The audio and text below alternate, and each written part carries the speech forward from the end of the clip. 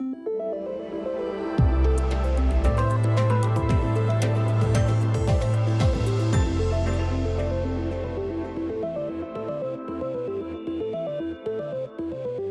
et bienvenue à cette séquence de l'EDEC. Je me présente Philippe Le Soual de l'Association française du gaz. Je suis le directeur du projet EDEC et je vais animer cette séquence. Mais je vais remercier Christelle Verquin, déléguée générale de France Hydrogène, de nous accueillir. Christelle, je vous laisse la parole. Merci, bonjour à tous. Merci d'être là aujourd'hui. On est très heureux d'accueillir l'ensemble des partenaires de l'EDEC Gaz qui va vous être présenté tout de suite dans un instant. Mais voilà, Evolution, c'est le salon emblématique de l'hydrogène industriel en France. On a 230 exposants et 4000 participants, donc on voit bien l'engouement pour cette filière et ça justifie probablement aussi aujourd'hui qu'on puisse aborder le sujet crucial des compétences et métiers et formations associés à cette filière. Donc c'est un enjeu stratégique, hein, comme on le sait, pour réussir le déploiement. Et le gouvernement français s'y était pas trompé en présentant sa stratégie nationale hydrogène en septembre 2020, puisqu'il y avait un axe dédié compétences métiers de la filière et l'identification d'un potentiel de 100 000 emplois directs, indirects ou maintenus à 2030. Donc ce potentiel de création d'emplois, il concerne toute la chaîne de valeur de l'hydrogène en cours de déploiement, donc des fabricants d'équipements, de composants, aux intégrateurs ou aux fournisseurs de services. Et nous, France Hydrogène, en quelques mots, on s'était attaché à décrire l'ensemble des métiers associés à la filière hydrogène. On avait publié un référentiel et identifié en avril 2021 84 métiers associés à cette filière. Et donc, l'idée, c'est que ces métiers-là, pour pouvoir les rendre utilisables et au service du déploiement de la filière industrielle, il faut mettre en place un plan de compétences et de formation associés. Et l'idée, c'est qu'on puisse colorer à l'hydrogène les formations existantes, puisqu'on ne va pas non plus réinventer de nouvelles formations, mais voilà, faire de la coloration hydrogène des formations existantes. Donc l'objet qu'on identifie, mais je pense tous aussi, et la filière gaz en particulier, c'est qu'il faut aussi rendre attractif à nouveau la filière industrielle, les filières industrielles, et la filière hydrogène, on pense, mais toutes les filières gaz renouvelables et usage du gaz permettront de pallier le manque d'attractivité que connaît aujourd'hui que connaissent les filières industrielles. C'est pour ça que nous, France Hydrogène, on a souhaité s'inscrire dans cette démarche, dans cette vision globale de l'EDEC et surtout faire en sorte qu'on n'avance pas, nous, les nouvelles filières énergétiques en silo, mais qu'au contraire, on coopère, qu'on crée du réseau et qu'on développe ensemble l'identification et les bonnes pratiques associées aux compétences, aux métiers, aux formations des gaz. Voilà, donc c'est pour ça qu'on est très heureux de participer à cet EDEC à vos côtés, mais je vais vous laisser en parler. Merci Christelle. Et bien sûr, pour réaliser cet EDEC des gaz, de la chaleur et des solutions services énergétiques, bien sûr, nous avons le soutien de l'État. Et je vais laisser la parole à monsieur Bruno Loca, qui est le directeur général de la Direction générale de l'emploi et de la formation professionnelle. Merci beaucoup. Alors déjà, je voudrais vous dire que je suis très heureux d'avoir cette occasion de partager avec vous sur une démarche partenariale extrêmement ambitieuse et importante et de représenter aujourd'hui la ministre du Travail, de l'Emploi et de l'Insertion qui attache beaucoup d'importance à ce que les acteurs soient en capacité de se rassembler dans la durée pour travailler sur ces sujets complexes, vous l'avez rappelé, d'emploi et de compétences. Donc cette démarche, elle est importante pour nous pour plusieurs raisons. La première, c'est que vous êtes un élément, une filière importante du secteur, des secteurs qui sont engagés dans la transition écologique, que vous êtes en pleine transformation, ça vient d'être rappelé, avec des enjeux emploi et industriels évidents aujourd'hui et surtout demain. Et pour le représentant du ministère du Travail que je suis, le fait que les transformations en cours soient aussi vecteurs d'emploi direct, indirect, à tous les maillons de la chaîne gazière, c'est évidemment quelque chose de très important. C'est ce qui a conduit le ministère à s'engager résolument auprès de l'ensemble des acteurs dans cette démarche partenariale qui est notre EDEC, dont je voudrais rappeler quelques caractéristiques. La première des caractéristiques, c'est une logique de co-construction. L'idée qu'on se dote d'un plan dans la durée, pluriannuel, d'actions très concrètes qui permettent finalement de se donner un horizon, de se donner une feuille de route collective pour construire dans la durée et obtenir des résultats. La deuxième caractéristique, et c'est un point qui est presque encore plus important d'un EDEC, un critère de succès d'un EDEC, c'est la capacité des acteurs à se rassembler, à se mobiliser. Et je voudrais vraiment saluer le travail que vous avez réalisé pour aboutir à la signature de cet EDEC, avec peut-être un mot particulier pour l'Association française du gaz, qui en était un peu la cheville ouvrière, mais qui a rassemblé l'ensemble des organisations professionnelles, des branches, des fédérations professionnelles, des syndicats professionnels, des confédérations syndicales aussi, et puis derrière les entreprises, évidemment, et demain les salariés. Donc je crois que cette capacité à se rassembler, c'est vraiment un gage de succès pour l'avenir. Le troisième élément qui est extrêmement important, évidemment, c'est la capacité à identifier les éléments clés de la feuille de route. Premier élément, vous l'avez rappelé, c'est la capacité à anticiper. D'une part, à se doter d'éléments quantitatifs, qualitatifs, précis, de rassembler de la donnée, on l'évoquait tout à l'heure avant l'échange, pour pouvoir construire sur des bases solides. C'est aussi, de manière plus concrète, la capacité à donner à voir, et je voudrais, par exemple, citer la construction d'un portail GPEC, d'observation de l'emploi et des formations dans le secteur à destination de l'ensemble des acteurs, y compris des publics, pour justement donner à voir et faire connaître tout ce qui est possible dans votre secteur. Le deuxième élément qui est extrêmement important, c'est d'avoir cette conscience partagée que les compétences attachées aux emplois de votre filière vont évoluer. Et que ces emplois créés, qui vont être nombreux, ça a été dit, ils le seront en partie dans la filière gaz, mais ils le seront aussi dans d'autres secteurs voisins, la construction, l'industrie, les services énergétiques. Et que donc il faut avoir cet élément en tête dans la manière dont on accompagne les salariés. C'est le troisième élément, c'est de se dire qu'il faut être attentif aux problématiques de formation continue, il faut être attentif aux problématiques d'accompagnement des reconversions. En bref, il faut être attentif aux questions de parcours professionnel. Et là, je voudrais citer là aussi une action très concrète, j'y reviens, qui est prévue dans l'EDEC pour identifier de manière concrète les passerelles entre les emplois en décroissance et les emplois que vous allez devoir pouvoir offrir. Donc je crois que c'est un élément très important. Et là encore, pour le ministère du Travail, le fait de travailler sur ces transitions de manière sereine, apaisée, anticipée, c'est quelque chose qui est extrêmement important. Et le dernier élément de la feuille de route, et vous l'avez cité à juste titre, c'est la question de l'attractivité, sur laquelle il faut travailler.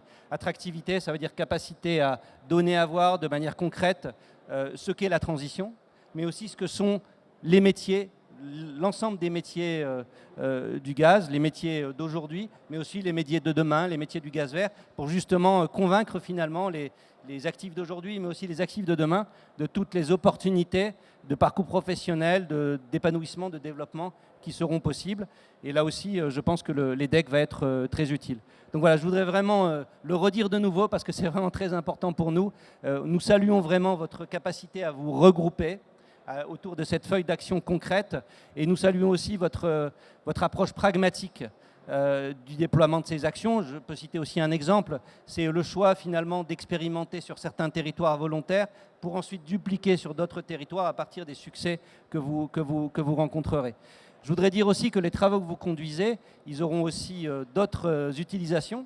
Donc pour le coup, on renouvelle, ou en tout cas on est dans le circuit, et c'est plutôt bien, avec notamment ce que vous pourrez apporter aux travaux du Conseil national de l'industrie, du comité stratégique de filière des nouveaux systèmes énergétiques, ou ce que vous pourrez apporter à la réflexion sur la programmation pluriannuelle de l'énergie et à la stratégie nationale bas carbone. Je crois que c'est aussi des éléments importants pour peut-être un peu plus de hauteur. Il faut être concret, mais il faut aussi avoir de la hauteur. Voilà, donc je voudrais vraiment vous redire que nous serons à vos côtés et que nous sommes vraiment très très enthousiastes par rapport à ce partenariat qui s'ouvre ces mois-ci. Merci Monsieur Lucas, c'est précieux votre soutien. Je pense que pour l'ensemble des partenaires, on y est très attentif. Et c'est vrai, cette démarche est une démarche collaborative. Et c'est pour ça qu'on va laisser la parole aujourd'hui aux branches professionnelles. Donc sont présents donc, la branche professionnelle des IEG et Monsieur Michel Caillol, qui est le le représentant et qui est le vice-président de la commission formation des IEG. Monsieur Ghislain Echachorio, qui est de la FEDEN, devait être présent. Malheureusement, il est souffrant. Donc, Michel, je voulais vous laisser parler du témoignage d'un représentant d'une branche professionnelle dans cet engagement de l'EDEC. Oui, très bien. Ben, écoutez, bonjour à toutes et tous. La branche professionnelle des IEG est donc pleinement partie prenante à cet EDEC. Je crois qu'il faut peut-être rappeler au préalable que l'EDEC bénéficie d'un double financement. Le financement de l'État pour la moitié et le financement de l'opérateur de compétences de l'industrie. L'opérateur de compétences de l'industrie, c'est un organisme paritaire et pour pouvoir activer les financements ad hoc, la moitié du budget de l'EDEC, il lui faut le go des branches. Donc, l'implication de la branche des IEG, de la branche des équipements thermiques et de génie climatique était absolument indispensable pour donner sa pleine dimension à cet EDEC. Alors pourquoi la branche des IEG soutient cet EDEC? Bon, il y a un certain nombre de choses qui ont déjà été dites.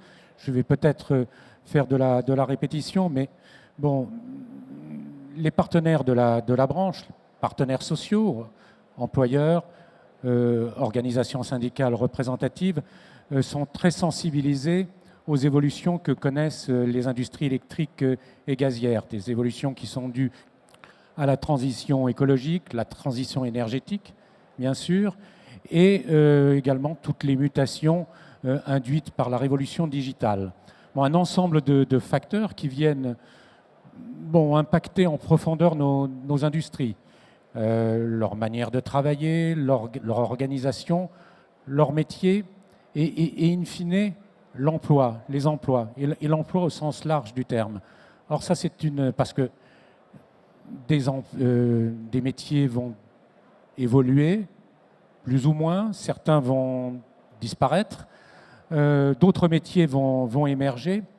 Or, il y a une préoccupation qui est très partagée par les employeurs de la branche, et c'est valable aussi dans la branche des équipements thermiques, qui est la sécurisation du parcours professionnel de nos salariés. Donc nous sommes très attentifs à tout ce qui participe des démarches prospectives, des initiatives en matière de GPEC, de gestion prévisionnelle des emplois et des compétences dans les entreprises. Notre but, c'est de faciliter ces démarches et cet EDEC arrive bien à propos. Donc, première type de considérations qui ont fait que voilà, tous les partenaires sociaux ont été assez enthousiasmés par cet EDEC.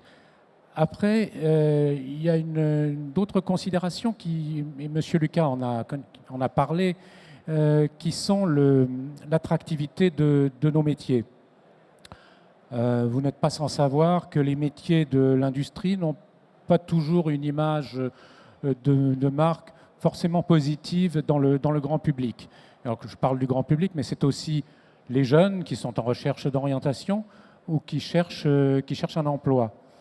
Donc, nous pensons que cet EDEC, au travers d'initiatives, Philippe l'expliquera peut-être, telles que la route du gaz, l'université des métiers du gaz, sont de nature à donner une image rénovée de nos métiers, une image plus séduisante, plus jeune, plus sexy presque. Et nous pensons que ça peut faciliter les recrutements dont nos entreprises ont besoin, parce que ce n'est pas très facile. Quand bien même les grandes entreprises de la branche des IEG, le groupe Engie, EDF aussi, qui n'est pas concerné directement par l'EDEC, ont plutôt une image de marque positive. Mais sur nos métiers techniques, on a de réelles difficultés à recruter. Donc nous pensons que cet EDEC va faciliter les choses dans ce sens. Enfin, il y a d'autres considérations qui ont fait que la branche s'est engagée dans ce projet, qui peuvent paraître plus anecdotiques, mais la branche professionnelle des IEG est associée avec la branche des équipements thermiques, avec les autres branches de l'industrie dans le cadre de l'opérateur de compétences de l'industrie. Or, le but de cette structure nouvelle a été mis en place dans le cadre de la loi pour la liberté de choisir son avenir professionnel, c'est de fédérer les branches professionnelles pour les conduire à mener des actions communes en termes d'attractivité des métiers, d'observation des métiers. Et je dois dire que jusqu'à présent, la branche des IEG n'était pas toujours très bien outillée pour répondre à ces attentes. Je pense en particulier à un projet d'observatoire des métiers de l'industrie, auquel nous pensons qu'il est important de contribuer. Et cet EDEC devrait pouvoir y contribuer, devrait nous donner de la matière pour, je dirais, jouer pleinement notre rôle dans ce projet, à côté d'autres grands acteurs, comme la métallurgie, la chimie, les médicaments, qui sont les branches les plus actives actuellement au sein de l'opérateur des compétences de l'industrie. Alors je précise que cet EDEC de la filière du gaz vient s'ajouter, compléter deux EDEC récents, l'EDEC de la filière nucléaire, l'EDEC de la filière électrique. Et nous pensons que grâce à ces démarches, qui certes dépassent le cadre strict des industries électriques et gazières, devraient contribuer à enrichir, je dirais, les données dont on dispose pour les travaux auxquels on est appelé. Merci Michel Cailleul. Avant de passer à la parole, je vais remercier Monsieur Lucas qui a eu la gentillesse d'être présent. Il a un impératif derrière, donc je vous laisse Monsieur Lucas prendre position et en vous remerciant vraiment de votre présence et votre appui. Merci pour votre accueil et bonne suite. Merci. Donc on a parlé de collaboration, on a parlé d'équipe. C'est vrai que les organisations patronales sont là, les organisations salariales sont là, les partenaires sont là. Et bien sûr, dans tout projet, il faut un pilote. Et donc, pour ce pilotage, c'est l'Association française du gaz. Donc, je vais laisser la parole à Thierry Chapuis, qui est le délégué général de l'Association française du gaz. Merci Philippe, merci de cette opportunité. Alors, je voudrais juste peut-être commencer par dire que l'EDEC gaz, c'est l'EDEC gaz et services associés. Ce qui veut dire que dans les services, il y a tous les services énergétiques. Donc dire une petite pensée pour Guilain et Chesserio qui est malade et qui n'a pas pu prendre la parole, mais on sera bien vigilant à intégrer cette partie des services énergétiques. Alors sur l'EDEC, moi en tant que délégué général de l'Association française du gaz, c'est vrai que je suis très content de lancer cette démarche voit le jour et se lance. Ça fait plusieurs années qu'on travaille sur le sujet de l'emploi. Mais c'est vrai qu'on travaillait au niveau de la filière gaz. Là, on est en train d'élargir notre démarche et c'est là que ça fait tout son sens. Peut-être dire un mot sur on a fait un premier diagnostic il y a quelques années, 130 000 emplois sur la filière gaz. La moitié de ces emplois sont en fait des emplois qui font de la maintenance ou bien de l'installation d'appareils. Donc il faut avoir en tête que, je dirais, c'est des métiers qui sont importants et qu'on ne réalise pas toujours. Et puis l'autre point que je voulais aborder, c'est qu'il faut avoir en tête que l'Association française du gaz, le gaz, il a aujourd'hui plusieurs formes. Hier, c'était du gaz naturel ou du GPL. Aujourd'hui, c'est du gaz renouvelable en partie. La partie gaz renouvelable, c'est une vraie filière qui est en train de se structurer. Ça ne l'était pas il y a quelques années. Aujourd'hui, c'est une vraie filière industrielle qui est en train de naître. Et cette démarche EDEC arrive vraiment à point nommé parce que, je dirais, elle est née, mais il s'agit elle a encore des beaux jours devant elle. Il s'agit de l'accélérer encore. Donc clairement, c'est une très belle opportunité. Le deuxième volet, c'est évidemment l'hydrogène. Peut-être un tout petit peu moins de mature que le gaz renouvelable aujourd'hui, enfin le biométhane, je vais dire aujourd'hui, mais avec un avenir tout aussi radieux. Donc ça, c'est une bonne nouvelle. J'en profite pour faire une toute petite parenthèse sur l'hydrogène, parce qu'en tant qu'Association française du gaz, on s'occupe aussi des questions d'hydrogène. Donc on va publier aujourd'hui une note sur le sujet avec, je dirais, 3 volets. En gros, une demande du soutien de la demande. Ça nous semble important pour, je dirais, que l'hydrogène voit le jour. L'hydrogène, c'est du gaz et c'est produit à partir de gaz. Malgré tout, ce qu'on souhaite, c'est que dans la production d'hydrogène, on ait une certaine neutralité technologique. Voilà, on la produira à partir de gaz, mais on ne la produira pas demain que à partir de gaz. Donc ça, c'est le deuxième partie qui est détaillé dans cette note qui sera disponible pour tout le monde, hein. Et puis la troisième partie, c'est que l'industrie gazière dispose d'infrastructures importantes. Ces infrastructures, il ne faut pas les oublier. Elles pourraient servir demain à transporter de l'hydrogène. Voilà. Et il est possible de dédier une partie de ces infrastructures au transport de l'hydrogène. Et c'est aussi une grande force dont on dispose en France. Voilà. Et puis, je vais laisser la parole à Philippe. Je suis encore très content qu'on lance... Ah non, pardon. Je voulais dire une dernière chose. Donc, biométhane, hydrogène. Il y a aussi des sujets de R&D sur lesquels on travaille et qui vont faire des emplois demain, des compétences nouvelles. C'est en gros toutes les nouvelles filières, je vais dire la deuxième génération de gaz renouvelable, la pyrogazéification et la gazéification hydrothermale. Peut-être la troisième, il y a des gens qui s'intéressent aujourd'hui aux algues et qui regardent ce que c'est. Qu'est-ce que ce sera demain? C'est encore un peu ouvert, mais clairement, c'est des domaines dans lesquels la R&D aujourd'hui travaille, et je leur souhaite un avenir aussi radieux que le biométhane et que l'hydrogène. Ça veut dire des emplois et des compétences, ça veut dire des transformations aussi de notre industrie, hein, clairement. L'étude qu'on avait publiée il y a un an faisait donc 130 000 emplois, je l'ai dit, dans la filière gaz. Entre 15 et 20% de ces emplois allaient changer à relativement court terme. Ça veut dire aussi que c'est des compétences à aller chercher, de la formation. Tu disais, Christelle, il fallait colorer, avoir une teinte hydrogène, il faut aussi avoir une teinte gaz renouvelable. C'est une évidence, il faut avoir une teinte un peu technologie nouvelle. C'est aussi une évidence. Et c'est tout ça que la démarche EDEC va nous permettre de réaliser. Donc voilà. Et encore un grand merci, Philippe, qui a été un peu la cheville ouvrière de ça depuis de longs mois. Donc, et je te repasse la parole.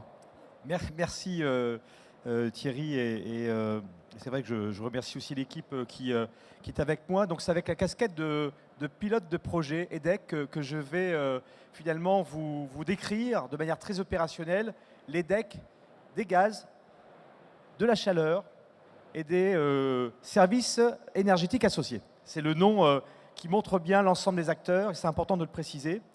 On peut le résumer à l'EDEC des gaz et de ses usages aussi. Bon. En fait, l'EDEC, c'est engagement, développement, emploi et compétences. C'est un dispositif du Code du travail qui permet à toute filière industrielle de mener un diagnostic sur les emplois et les compétences. C'est quoi les emplois d'aujourd'hui? C'est quoi les emplois de demain? Et quelles sont les formations actuelles et quelles sont les formations de demain à créer pour permettre cette mobilité, cette fluidité professionnelle. On l'a rappelé dans les différentes interventions. Ça, c'est le premier volet qui est important. Puis l'EDEC qu'on a souhaité, c'est aussi une formidable opportunité d'amener, on l'a dit encore, la fédération dans les acteurs, un travail collaboratif, itératif, qui permet justement d'aller au plus près du territoire, puisqu'on s'appuie sur l'ancrage territorial des AFG régions, donc des associations françaises du gaz régional, qui permettent d'animer forcément des actions au plus près du territoire avec les acteurs qu'on a cités, qui sont signataires de l'accord EDEC. Et puis c'est aussi une formidable occasion de tester des actions de formation pilotes par rapport aux enjeux. On a vu, et Christelle l'a rappelé tout à l'heure, et j'en profite pour rappeler l'excellent travail qui a été fait sur le livret blanc de l'hydrogène, qui montre les 84 métiers de la filière, les 14 métiers en tension.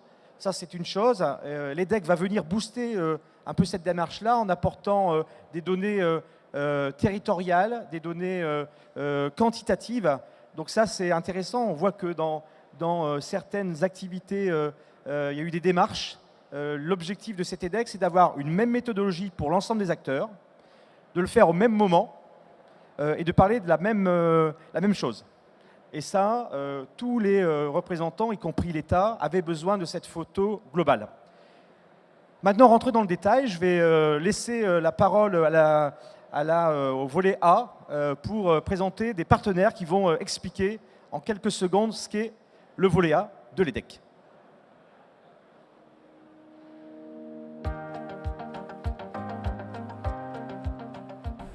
Alors la filière hydrogène est aujourd'hui à une étape clé de son développement, puisqu'elle est au stade de l'industrialisation. Donc pour réussir cette étape, nous avons commencé par faire un diagnostic des compétences et des métiers nécessaires à la filière. Et ce diagnostic, nous souhaitons le partager dans le cadre de l'EDEC, puisqu'il nous faut avoir aussi des éléments plus quantitatifs sur ces aspects-là, puisque la filière hydrogène, c'est plus de 100 000 emplois à l'horizon 2030. Donc nous souhaitons avoir, avec les partenaires de l'EDEC, une vision globale des ressources qui sont disponibles au sein de cette filière. En tant que chef d'entreprise dans le domaine du biométhane, je pense que tous les acteurs de notre filière ont intérêt à mettre en commun leurs moyens avec les acteurs des autres filières du gaz, et notamment des gaz verts, de façon à pouvoir toucher dans les territoires ruraux où nous cherchons nos candidats, le plus possible, le public le plus large possible, et de faire parler de nos métiers et de rendre nos filières attractives. Voilà, donc quelques compléments, mais vous voyez, ils ont été brillants, nos partenaires, dans cette vidéo, parce qu'ils ont montré que des démarches sont faites, reste maintenant à partager, à travailler, continuer à travailler ensemble. Et c'est vrai que ce volet-là va être très important, parce qu'il va donner des données qui sont intéressantes pour tous les ministères, parce que j'avais connaissance en début de semaine que le ministère de la Transition énergétique avait besoin notamment de données de la filière gaz dans son ensemble. Il n'avait pas. Donc l'EDEC, notre EDEC va pouvoir leur apporter. Les premiers livrables seront au premier trimestre 2022.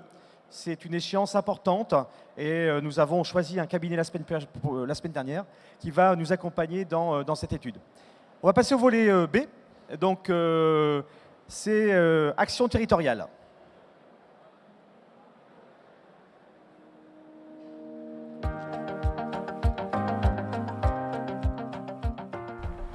Par l'observation des enjeux sociaux, par l'animation, la promotion qui vont faire de cet EDEC opérationnel un outil de l'emploi durable dans les territoires, nous sommes portés par le contexte de transition énergétique qui booste l'attractivité de nos métiers. Si on s'intéresse à la filière gaz liquide, nous avons des réels besoins en formation, en compétences à l'échelle territoriale. C'est pourquoi nous allons contribuer fortement au développement du portail GPEC, qui sera un outil formidable, un outil fédérateur, un outil d'animation qui va nous permettre d'identifier, de développer les compétences au plus proche de nos besoins dans les territoires.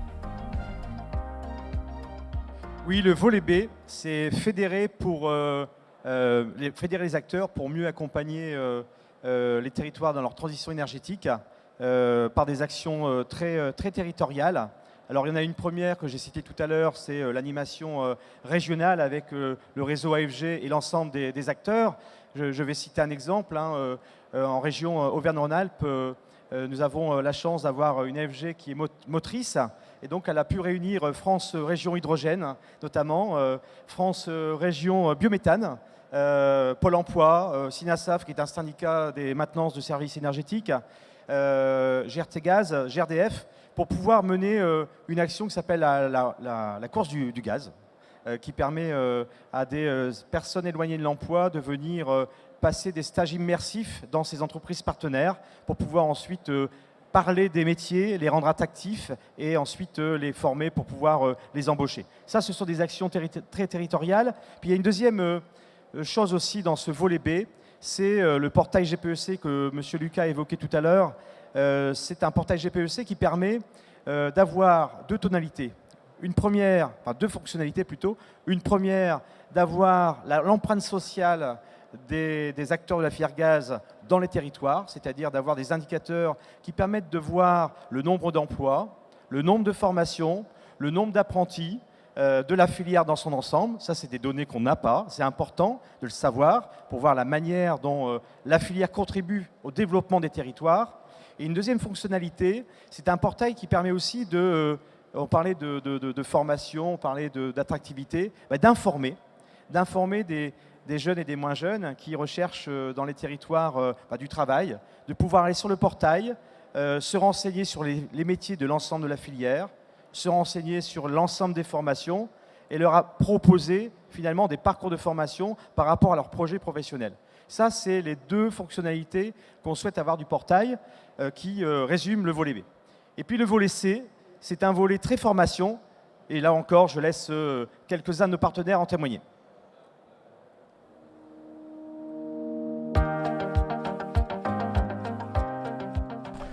Le volet C s'intitule « Former aujourd'hui pour préparer demain ». Une approche, 4 initiatives opérationnelles.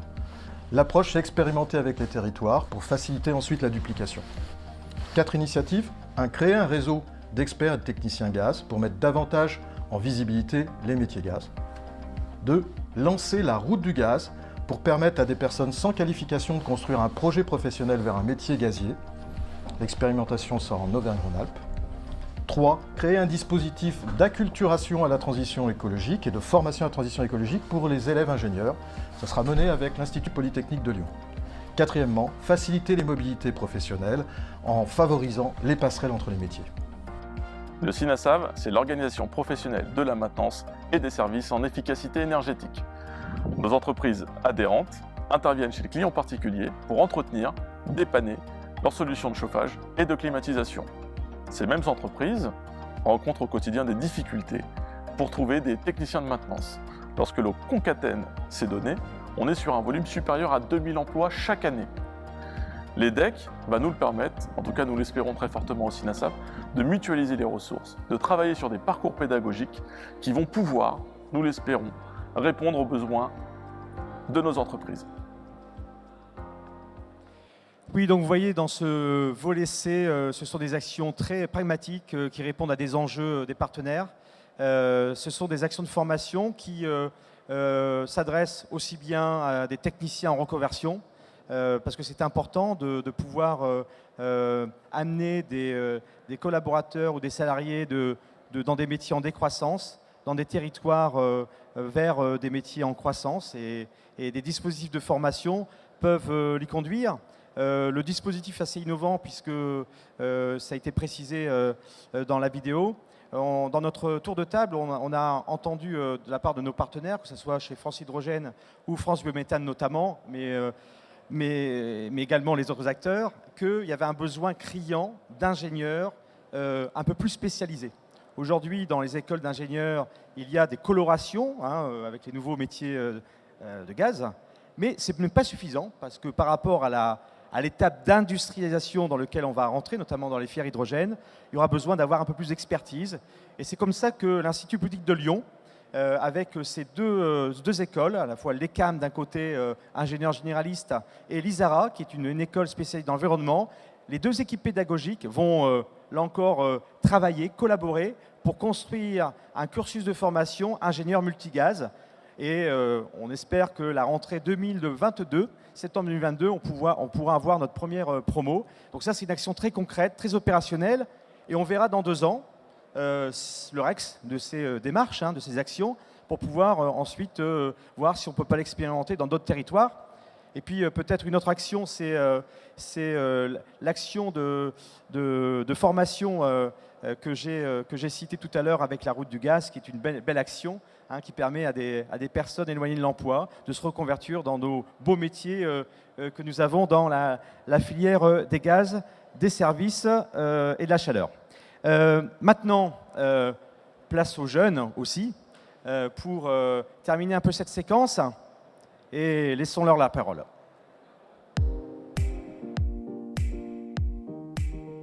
Très beau congrès, très bon congrès avec des étudiants où nous on a pu apprendre énormément de choses sur l'industrie du gaz, sur le secteur du gaz. On est arrivé ce matin, on ne connaissait pas forcément tous les enjeux. C'est vraiment quelque chose on retiendra et que je retiendrai personnellement. Le message que je voulais vraiment faire passer à l'industrie des gaziers, l'industrie du gaz, ce serait de continuer du coup à sensibiliser la jeunesse. 138e congrès, première fois où des étudiants peuvent intervenir, première fois où des étudiants se sentent sensibilisés et impliqués. Et continuer dans cette dynamique parce que les objectifs à 2050, c'est une génération, et si demain la génération en fait rate le coche, ce sera toujours plus compliqué de faire passer les messages. Donc continuer sur cette dynamique et impliquer la jeunesse dans les changements de demain. J'ai eu la chance de participer aujourd'hui au 138e congrès du gaz. J'ai eu la chance de découvrir un nouveau secteur, et ce qui m'a particulièrement surpris aujourd'hui, c'est l'écart entre l'image qu'on a de ce secteur dans le milieu étudiant et dans les formations qui nous sont proposées par rapport aux opportunités qui sont réellement présentes dans ce secteur et au potentiel, notamment pour aider dans la transition vers la neutralité carbone et aux nouvelles technologies à bas carbone, notamment tout ce qui était autour de l'hydrogène, du biométhane. Et je pense que c'est un manque à gagner pour les gaziers, que nous n'ayons pas suffisamment de connaissances et accès à des formations, nous tournons vers ce genre d'endroit. Fin de congrès, donc c'était extrêmement intéressant, rafraîchissant de voir à quel point le secteur se concentre sur ces questions de décarbonation et sur les questions d'écologie. C'était donc très surprenant en bien et ça m'a fait réaliser à quel point ce secteur m'était inconnu et à quel point il était assez peu présenté dans mes formations. Moi, ce qui me semblait un peu dérangeant quelque part, mais qui n'est pas forcément spécifique à ce milieu, c'est de questionner les indicateurs qui sont utilisés pour montrer à quel point on décarbone, d'essayer d'avoir une vision plus globale, de bien faire des analyses de cycle vie complet, de prendre en compte des enjeux sociaux et d'essayer de bien intégrer l'évolution donc du secteur du gaz pour le rendre le plus pérenne possible. Merci à eux qui représentent l'avenir aussi. Et donc là, on peut voir au travers de leurs témoignages, on peut constater que les livrables de l'EDEC vont atteindre des objectifs et vont leur permettre de mieux connaître les enjeux de la filière dans son ensemble, mieux connaître les métiers, c'est important, et puis fédérer et animer pour former et pour être au rendez-vous de la transition énergétique et tous les enjeux qu'on voit et qu'on entend durant ce salon, ça a été rappelé, et ça c'est important.